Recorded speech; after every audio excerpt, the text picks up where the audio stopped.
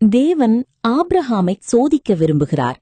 அவர் அவனை அழைத்து, நீ நேசிக்கிற உன் ஒரே மகனாகிய ஈசாக்கை கூட்டிக் கொண்டு மோரியா தேசத்துக்குப் போய் அங்கே ஒரு மலையின் மேல் அவனை தகன பலியாகச் செலுத்து என்கிறார். ஆபிரகாம் 100 வயதில் பெற்றெடுத்த அந்த மகனின் மேல் அளவற்ற அன்பு வைத்திருந்தார். ஆனாலும் அவர் தேவனிடம் எந்த கேள்வியும் கேட்கவில்லை.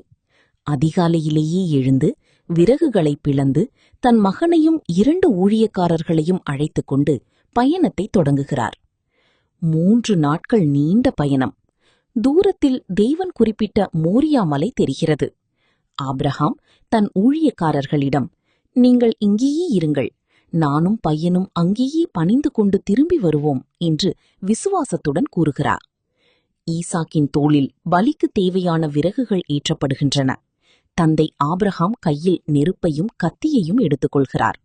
இருவரும் மலையின் மீது ஏறிச் செல்லும்போது ஈசாக்கு மெல்லிய குரலில் கேட்கிறான், அப்பா, நெருப்பும் விறகும் இருக்கிறது, ஆனால் பலிக்கு ஆட்டுக்குட்டி எங்கே? ஆபிரகாமின் இதயம் கனக்கிறது. ஆனாலும் அவர், மகனே, தேவன் தமக்கு தேவையான ஆட்டுக்குட்டியை பார்த்துக் கொள்வார் என்று பதிலளிக்கிறார். மலையுச்சியை அடைந்ததும் ஆபிரகாம் கற்களை அடுக்கி ஒரு பலிபீடத்தை உருவாக்குகிறார். அதன் மேல் விறகுகளை அடுக்குகிறார். இப்போது ஆபிரகாம் ஈசாக்கிடம் உண்மையை சொல்லியிருக்க வேண்டும். ஈசாக்கு ஒரு இளைஞனாக இருந்தபோதிலும் தன் தந்தையின் வார்த்தைக்கு கட்டுப்பட்டு தன்னை ஒப்புக் கொடுக்கிறான். ஆபிரகாம் ஈசாக்கை கட்டி பலிபீடத்தின் மேல் வைக்கிறார். அவர் தன் மகனின் மேல் கத்தியை ஓங்குகிறார். அந்த வினாடியில் முழு பிரபஞ்சமும் அமைதியாகிறது. அப்போது வானத்திலிருந்து ஒரு பலமான குரல் ஒலிக்கிறது. ஆபிரகாமே, ஆபிரகாமே, அந்த பிள்ளையின் மேல் கை வைக்காதே.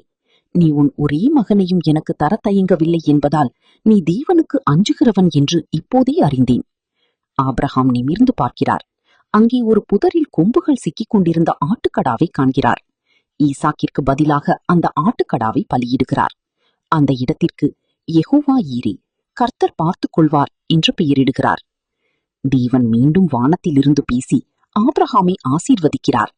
நீ இதைச் செய்ததினால் நான் உன்னை ஆசீர்வதிக்கவே ஆசீர்வதித்து உன் சந்ததியை வானத்து நட்சத்திரங்களைப் போலவும் கடற்கரை மணலைப் போலவும் பெருகப் பண்ணுவேன். உன் சந்ததி தன் பகைவர்களின் வாசல்களை சுதந்தரித்துக் கொள்ளும். ஆபிரகாமும் ஈசாக்கும் பெரும் நிம்மதியுடனும் இறைவனின் ஆசீர்வாதத்துடனும் மலையை விட்டு இறங்கி திரும்பிச் செல்கிறார்கள்.